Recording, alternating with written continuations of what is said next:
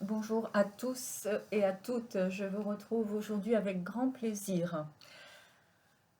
Déjà, je souhaite la bienvenue aux personnes qui se sont dernièrement abonnées à ce canal. Merci pour votre présence et l'intérêt que vous montrez pour les petites capsules que je mets régulièrement en ligne et en espérant, bien entendu, en ce 6 juillet, ouais, c'est ça, mercredi 6 juillet, que tout le monde va bien. Voilà. Alors depuis, là je voulais vous ouais, en fait, depuis hier, il y a quelque chose qui me trotte un peu, comme on dit. Je voulais vous faire un petit partage d'expérience, mais surtout, prendre quelques cartes et voir, dans quelle mesure nous sommes tous plus ou moins, concernés, voire, affectés, influencés, impactés, peu importe la façon, bien entendu, espérons que ce soit plus, de manière inspirante et positive. Le cas échéant, par rapport à ce terme, je serais ravie d'avoir des commentaires et des retours d'expérience, de votre part. Donc depuis hier, j'ai un mot qui me trottait dans la tête, et puis c'est en fin de journée hier que je me suis dit, mais après tout, oui, il y a une incitation à quelque chose, donc j'ai commencé à regarder de quelle manière ça pouvait me concerner, à me prendre un petit peu à la loupe dans ma façon de vivre, d'évoluer dans des situations, même juste de la vie quotidienne. Et puis j'ai eu un ou deux rêves assez bizarres cette nuit, pas des cauchemars, mais c'était voilà, c'était un peu insolite. Et aujourd'hui, le même mot me trottait, et puis d'autres mots qui veulent dire à peu près la même chose. Donc j'ai tout noté. Et donc voilà, c'est reprogrammation. Alors ça, depuis hier, reprogrammation, reprogrammation, reparamétrage, recalibrage. Ce qui m'a intéressé, c'est que récemment, dans les tirages que j'ai publiés, il était question avec le tarot, mais en faisant des parallèles avec l'astrologie, dont les énergies vont en ce sens actuellement, et même depuis un certain temps, notamment avec les positions de la planète Pluton, entre autres, ce n'est pas la seule planète concernée, qu'il y a donc un phénomène à la fois global et puis bien sûr au niveau des individus, parce que chacun va le vivre différemment, effectivement de travail, particulièrement en ce moment, de vieilles mémoires anciennes, peu importe que ce soit de cette incarnation ou d'autres incarnations. En gros, ces énergies sollicitent, elles peuvent fatiguer, mais elles sont propices également à peut-être se débarrasser de vieux trucs, les évacuer ou rebondir différemment. En ce sens, je pense donc que les mots que j'entends dans mon subconscient depuis hier, ou dans ma tête tout simplement, vont dans ce sens, et que je suis naturellement parmi les premières personnes concernées. C'est pas parce qu'on fait des capsules et qu'on tire des cartes qu'on est aucunement concerné par ce qui sort dans les voyances, hein, bien entendu. Voilà, donc c'est vraiment, je pense, cet été, à l'ordre du jour, reprogrammer, reparamétrer, recalibrer. Le fait que ce soit l'été et les vacances, je pense que ça n'a pas d'importance. Ça n'empêche pas qu'on fasse un travail sur soi ou qu'on donne naissance à des nouvelles choses. J'ajouterais pour ma part, je ne sais pas si c'est pour le cas pour certains d'entre vous, certaines d'entre vous, que tous les étés, il y a le côté effectivement très festif de l'été, riant, les jours qui durent très longtemps, le beau temps en général, la vie qui explose, la légèreté. Et cependant, de manière un peu concomitante, tous les étés, j'ai des souvenirs qui remontent, des souvenirs qui mettent un peu de lourdeur, même si c'est des souvenirs agréables, parce que souvent c'est des situations bien révolues avec des personnes qui ne sont peut-être plus là, ou des choses qui ont cessé d'être. Et donc ce n'est pas pour moi une saison aussi facile qu'on pourrait le supposer. Voilà, donc ceci étant, comme d'habitude, ne vous reliez à ce qui va suivre que par rapport à votre sentiment le plus intime. On n'a pas à tous se sentir concernés par tout ce qui est émis par une guidance et une voyance. Et si des éléments parlent, il est évident qu'il faut savoir faire le tri et ajuster avec sa propre expérience. Voilà. Pour les personnes nouvelles, tout ce que vous avez besoin et envie de savoir se trouve en lien sous chaque vidéo publiée, y compris des points de contact. J'en profite également pour remercier une personne très très gentille. Je la remercie chaleureusement du don qu'elle a envoyé pour aider au fonctionnement de ce canal, certes encore jeune, mais qui demande non seulement un investissement en temps, mais ça, comme j'adore ça, c'est c'est pas un souci. Le tout est certains jours ou certaines périodes, en plus de son travail, c'est de trouver des moments pour faire les capsules. Mais il y a souvent de l'investissement dans du matériel, même si c'est pas tout le temps. Mais bon, on aime bien quelquefois renouveler un petit peu. Et vraiment, je remercie cette personne de sa générosité. Voilà. Je crois comprendre qu'il y a des personnes qui préfèrent garder un anonymat, même au niveau d'un prénom, mais cette personne se reconnaîtra. Donc c'est parti. Donc reprogrammer, et quelque chose me disait hier qu'on peut peut-être directement reprogrammer. Parce qu'il était question également d'épuration, de nettoyage avec ces énergies plutoniennes et astrologiques, et puis certains tirages qu'on a vus, déprogrammer, nettoyer, travailler. Et je me suis demandé hier si ce mot ne venait pas là, reprogrammer, parce qu'on peut directement quelquefois skipper une partie de travail si on n'y arrive pas, bien sûr, tout simplement eh bien, en mettant autre chose à la place, quoi. Voilà, peut-être que quelquefois, quand les choses, c'est pas des choses trop difficiles et trop lourdes, la nouvelle orientation, ce que Cyrulnik appelle la résilience, peut consister tout simplement à regarder les choses, à dire je veux plus de ça, et maintenant, malgré la lourdeur ou les difficultés, je me tourne résolument vers l'avenir et je prends un virage, voilà, sur l'aile, et je mets des nouvelles choses en place pour reconstruire différemment.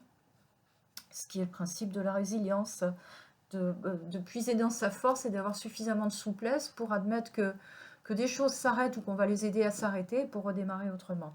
Alors je vais prendre, non, je vais prendre une carte d'état d'âme. Voilà, carte d'état d'âme. On va voir déjà s'il y a un lien quelconque avec de la nouveauté ou du recalibrage, reparamétrage, reprogrammer. C'est intéressant parce que ces trois mots, ah, il y en a une là, ces trois mots ont quelque chose de commun, mais ils peuvent être quand même ciblés un petit peu différemment, donc ça peut parler de manière différente à des personnes différentes. Alors ici, alors, il y a certaines personnes ici qui vont être justement concernées par dans ce cas-là, un reparamétrage ou un recalibrage dans des relations. Et une relation particulière. Alors moi, j'irais jusqu'à dire même peut-être que c'est la relation, c'est-à-dire le couple. Mais on va prendre par extension, donc là, il est question de réajuster des relations. Ça me paraît tout à fait dans l'air du temps. Bon, alors on va regarder toujours avec ce même jeu. Qu'est-ce qui peut encore être concerné? Ou pour quelles autres personnes? Ou ça ne donnera pas forcément une manière de faire, quoique. Bon, on va voir. Hein. Alors, on se concentre. Qu'est-ce qui veut bien montrer le bout de son nez ici? Ah, bah si, ça nous donne une... Oh, puis il y en a une deuxième, troisième, voilà. Ah, eh ben oui. Alors, ici, amène de l'humour dans ta vie. Donc, alléger, le faire en allégeant. Donc, cette idée que je viens d'émettre, enfin, qui n'est certainement pas de moi, hein, qu'on a dû, je ne sais pas d'où elle vient, mais on va dire que je l'ai chopée au vol depuis hier. Eh bien oui, au lieu de déprogrammer, peut-être directement reprogrammer et en allégeant. En le faisant même de façon presque ludique. Bon, la saison le favorise quand même. Hein. C'est vrai que l'été peut faire remonter des choses, si on se souvient de choses qui ont été et qui ne sont plus. Maintenant, c'est quand même une saison assez propice à une forme de légèreté. Et ici, ose le changement, osez le changement. Et regardez, pour moi aussi, c'est l'image de la résilience. On est sur son escabeau, une figure assez juvénile, je dirais très très artiste, inspirée, hein, et qui repeint les nuages d'une autre couleur, qui repeint son ciel, qui crée quelque chose de nouveau. Donc ça peut, plus particulièrement pour certains d'entre vous, d'entre nous, concerner une relation majeure, peut-être le couple, en tout cas une relation importante, ou la relation à quelque chose qui jusqu'à maintenant a été important pour quelqu'un. Ça peut être un dogme, dans le sens neutre du terme, une façon de vivre, un concept qu'on remet en question. Voilà, ou la manière dont on se relie à la vie en général. Ça, oui. En fait, ça peut concerner plein de choses. Donc, oui, l'heure semble quand même vraiment au changement. Hein. Mais il faut oser, c'est ce que dit cette carte. Et c'est vrai que ce qu'on a tous en commun, nous les humains, c'est qu'on offre souvent une assez grande résistance au changement. D'un côté, il y a une part de nous qui dit « je veux changer ». Et puis, je veux du nouveau. Puis il y a une autre part qui attendrait presque que ça se fasse de façon magique, ou alors rapidement, ou encore même sans souffrance et sans nostalgie. Or, le changement, ça implique souvent qu'on laisse quelque chose derrière soi. Il y a quand même au moins un micro-choix. Et à partir du moment où on renonce à quelque chose, qu'on laisse quelque chose derrière soi pour mettre en place quelque chose d'autre, ou pour aller vers ce qui est peut-être déjà là, mais qui demande qu'on fasse ce pas, c'est sûr que ça peut créer de l'incertitude, de la peur devant l'inconnu, de la douleur de quitter quelque chose ou quelqu'un, peut-être. Hein. Peut-être que pour certains, ça va être oui, de quitter quelqu'un, ou de renoncer à une forme d'intimité, peut-être avec un membre de la famille qu'on a beau aimer, il nous envahit un petit peu, ou à revoir, réévaluer sa relation avec un enfant ou un ado, parce qu'on se rend compte qu'il y a des choses qui ne fonctionnent pas. Peu importe en fin de compte. Donc il faut oser le faire, et quand même malgré tout l'envisager de façon sinon complètement détachée. En tout cas, ici l'humour, la légèreté suggère de se mettre un peu en recul, de se détacher, voire même du résultat, et d'envisager que cela ne peut apporter que du mieux. Alors, que nous dit le tarot, toujours sur cette notion de reprogrammation? Est-ce vraiment dans l'air du temps pour beaucoup d'entre nous? Est-ce dans l'air du temps pour certaines des personnes à qui je m'adresse aujourd'hui? En tout cas, moi, je sais que ça me concerne à différents niveaux, pour quelques petites choses. Effectivement, il y a des choses qu'il faut recalibrer. Alors, voilà. Je vais prendre un deuxième tarot, et puis si c'est assez éloquent, on en restera là. Et oh, il y en a une qui s'est retournée. On en restera là et on la tiendra assez brève, cette capsule-là. Peut-être la mettre en premier, puisqu'elle est arrivée. Oh, regardez ça, elle est arrivée en premier, je voulais. Regardez ces jolies lueurs d'espoir. Et cette main qui, finalement, qui allume les bougies, les chandelles, mais pour moi, c'est un peu la main magique. On a l'impression aussi qu'il y a une magie. Ça veut dire que tous, nous avons le pouvoir de mettre plus de magie et de féerie dans nos vies. Regardez, ça me parle de ça. Nous sommes des grands créateurs. Alors, le message, c'est peut-être réellement qu'est-ce que nous attendons pour nous recalibrer nous-mêmes et remettre un petit peu plus de magie dans nos vies. Waouh! Une suite de messages très, très, très, très belle. Bon, ça, on va voir. Peut-être qu'on n'aura pas à les regarder. Faisons simple si on peut. Haha, intéressant. Il y a des personnes ici, voyez, regardez ce que j'ai fait. J'aurais dû la mettre retournée, elle ne s'était pas retournée. Or, je l'ai mise directement là. Donc voilà, cette série-là est à voir en premier. Il y a des personnes ici à qui on a infligé de la douleur et qui s'en infligent. Et c'est toujours la même question que je pose régulièrement sur cette chaîne, et parce que je me la pose à moi-même. Est-il nécessaire de souffrir autant ? Alors, naturellement, il n'existe pas de vie sans souffrance, et tout simplement sans difficulté. Et même des souffrances relativement bénignes, c'est difficilement évitable. Nous sommes des humains, nous sommes des êtres de chair, des êtres de ressenti. On ne peut pas être détaché complètement d'une certaine forme de souffrance. Là, je parle plus de la souffrance en auto-sabotage, parce qu'ici, c'est l'auto-punition aussi, et la culpabilité, ou celle que l'on nous aide bien à nous faire engrammer nous-mêmes. Vous voyez, on nous la met en picouse, et puis c'est dans l'air du temps. Et puis après, on touille bien avec les deux pieds, et puis on se remet bien là, une deuxième couche, parce qu'on se dit, bah non, j'ai pas encore assez souffert, je vais bien culpabiliser encore un bon coup, puis là, ce sera super. J'exagère, mais moi je l'ai fait très souvent. Je me surprends parfois encore à le faire. Hein. La maturité est longue à arriver, et c'est quelque chose de très humain aussi, et de très courant. Et puis il y a aussi la souffrance qui nous parvient des autres, qu'elle soit délibérée ou non, mais nous on la prend, on l'absorbe, ou on se laisse, voilà, sous prétexte qu'il faut être gentil. On ne se rend même pas compte qu'en face de nous on a des personnes retorses ou vraiment pas gentilles, même juste dans un moment. Ça ne veut pas dire qu'elles sont globalement et tout le temps méchantes, mais quelquefois il faut savoir mettre de la distance, ou recadrer aussi. Hein. On a le droit de, entre guillemets, de se défendre un peu, quoi, même juste en disant bon, ça suffit. Donc, c'est quand même intéressant ici. Alors ici, on a une grande spiritualité, hein, une grande motivation, parce que l'as de bâton, c'est un commencement, c'est une carte très, très, très spirituelle. C'est pour ça qu'on a toutes ces bougies ici et toute cette lumière. C'est le feu intérieur, c'est vraiment se reconnecter à qui on est vraiment. Et donc, qu'est-ce que je veux vraiment et qu'est-ce que je suis capable maintenant de mettre en action. Voilà. Et puis, le 9 d'épée à côté qui dit, ouais, non, mais... non, non, tu le feras pas, t'as pas le droit. Alors peu importe si c'est ta voix intérieure ou la voix de quelqu'un dans ton entourage, et non, non, c'est mal, c'est pas bien. Et regardez cette figure quand même qui se bouche les oreilles, je ne peux pas et je ne veux pas en entendre plus. Et puis qui est entourée de toutes sortes d'animaux dans le contexte peu recommandable, hein. Il est évident qu'au demeurant, moi j'aime bien les rapaces, les araignées, les vautours et tout ça. Disons que là, le cadre est quand même assez lugubre, alors que dehors, derrière la fenêtre, c'est devenu bleu, une belle couleur d'optimisme, et il y a toutes les petites fées, toutes les petites elfes et toutes les petites sylphides qui jouent et qui sont là à faire la danse et à dire « Mais non, arrête, viens !» Vous voyez, il y a un enfermement, il y a un auto-enfermement. Alors cette reprogrammation, c'est ça aussi. C'est les vieux clichés, les vieux relents de sabotage des autres, de soi-même. Et pour réallumer vraiment la flamme de ben non, je crée de la nouveauté dans ma vie, j'avance, et surtout en me délestant. Moi, j'ai toujours cette question qui revient, sommes-nous vraiment obligés de souffrir autant que nous le faisons?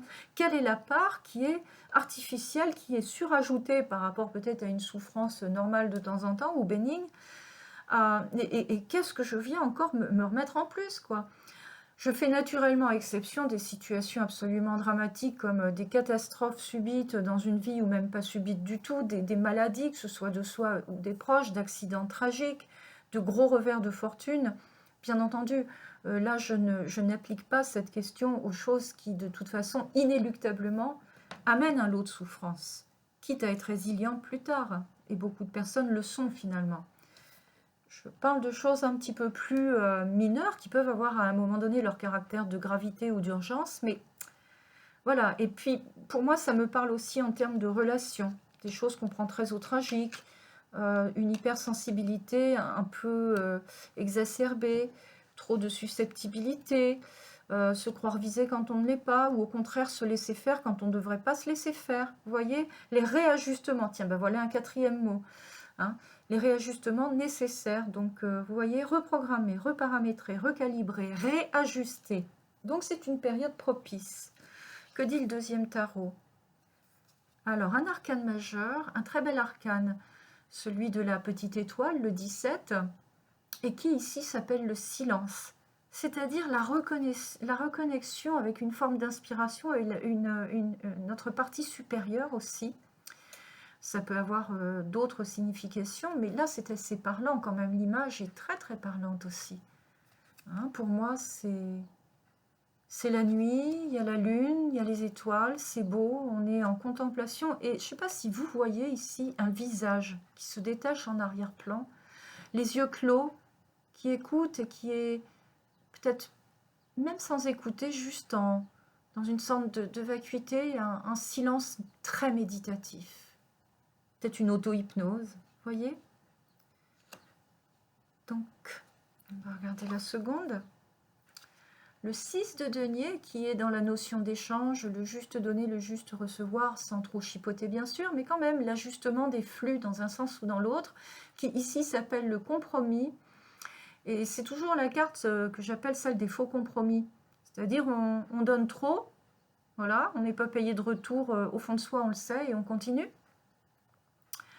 Ou il y a des réajustements, là c'est le mot réajustement qui me vient. Alors effectivement, quand on veut recalibrer des choses, de toute façon ces processus demandent toujours un temps de réflexion une fois de temps en temps. Ça ne veut pas dire qu'il faut stopper toute sa vie net. Ça demande qu'on fasse un peu le silence autour de soi, voire même un peu en soi, qu'on fasse taire toutes les petites voix là qui nous submergent bien pour recentrer et retracer où se trouve notre propre vérité, ce qu'on veut vraiment et comment on va l'initier et ce dont on se débarrasse. Et donc là, ce compromis, ce que j'appelle les compromis boiteux, je le relie encore aux relations. Il y a quand même une certaine quantité de personnes par rapport à cette capsule qui va devoir réajuster pas mal de choses dans des relations, quelle que soit la relation, probablement aussi des couples. Voilà. Et d'autres personnes qui vont se recentrer pour initier carrément de la nouveauté dans leur vie, prendre un nouveau départ dans quelque chose ou aborder les choses d'une nouvelle manière.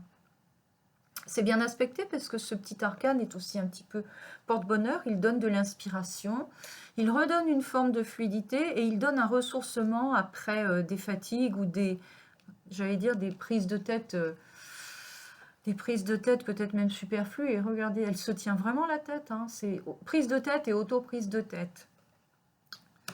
Donc voilà ce que j'ai à dire là-dessus, ce qu'on a à nous dire. Donc je pense qu'on est très dans l'air du temps.